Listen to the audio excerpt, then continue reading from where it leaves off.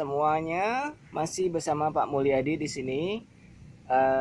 Sekarang saya mau gambar apa lagi ya?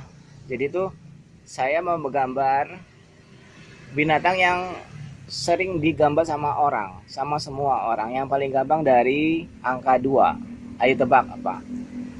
Oke, tapi di sini saya nggak mau pakai angka 2, saya mau pakai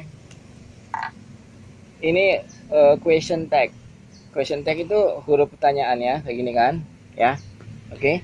Selanjutnya kita kasih nih. Tuh. Ya, baru dikasih ini kepalanya. Ini kasih lehernya seimbang ya. Oke. Baru ini. Ya.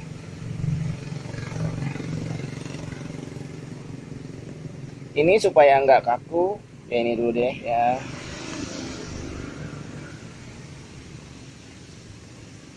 Supaya nggak kaku ini kita kasih ini aja air.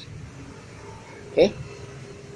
Nah, karena masih ada waktu ya kita kasih gambar awan.